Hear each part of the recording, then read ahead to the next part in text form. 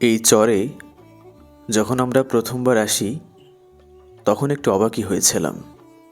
খুব ছোট একটা ছাউনি ঘর, সেখানে একজন রান্না করছে, পাশেই চুলোয় ভাত রান্না হচ্ছে, একটু দূরেই নদী, সেখানে ছোট একটা ডিঙি নৌকা যেন কিছুক্ষণ আগেই মাছ ধরে এসছে, থরে থরে সাজানো জাল, এখান থেকেই পানি নিয়ে রান্না করা হয়। আশেপাশে তেমন কোনো টিউবওয়েল নেই বললেই চলে।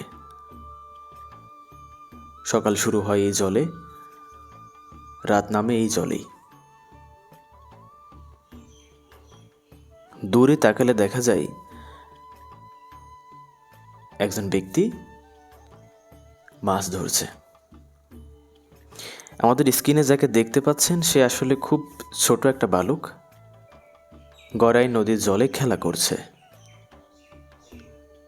আমরা চেষ্টা করছিলাম দূরে সে ব্যক্তিকে দেখার, সে আসলে কি মাছ ধরছে, কিন্তু অনেক দূরে থাকার কারণে আমরা সেটা দেখতে পারিনি।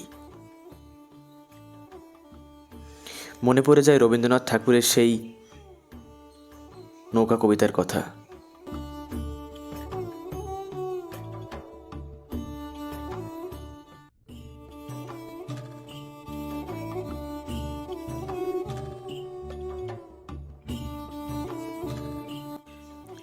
আমরা যে স্থানে ছিলাম তার থেকে একটু দূরে গড়াই নদীর ঘাট। জীবিকার তাগিদে প্রয়োজনে এপারের মানুষ ওপারে যায়, আবার ওপারের মানুষ এপারে আসে। নদীর এপার কহে ছাড়িয়া নিঃশ্বাস, ওপারেতে যত সুখ আমার বিশ্বাস। তপ্ত দুপুরবেলা ক্লান্ত ঘামার্ত মুখ নিয়ে মাঝি ভাই পার করে দেন সবাইকে।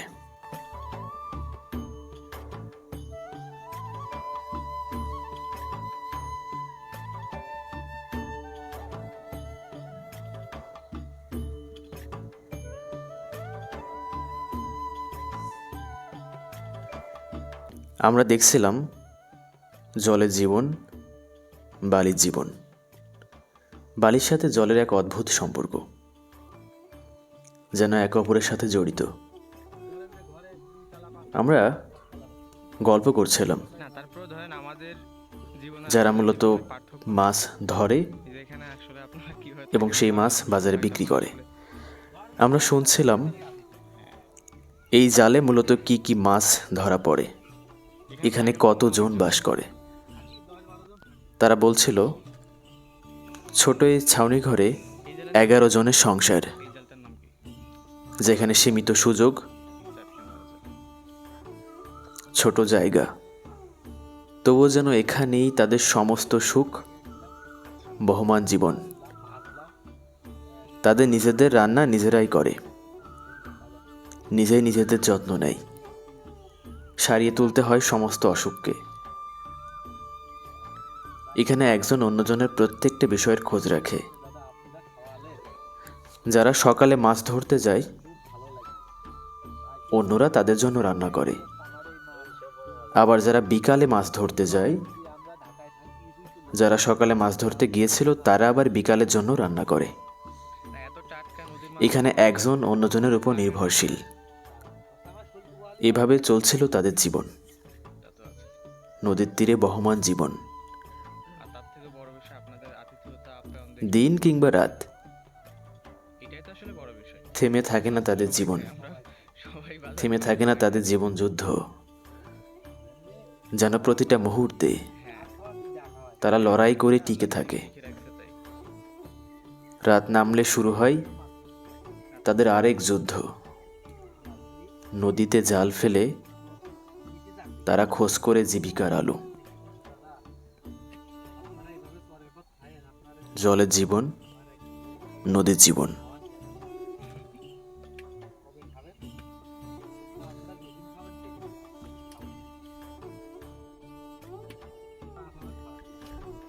পাশেই রান্নার তোড়জোড় করছিল এক মাঝি ভাই। কাঠ কেটে লাকড়ির চুলোতে ভাত রান্না, তারপর নদীর টাটকা মাছ ধরে তরকারি করে রান্না করে খাওয়া। কি এক সুন্দর জীবন।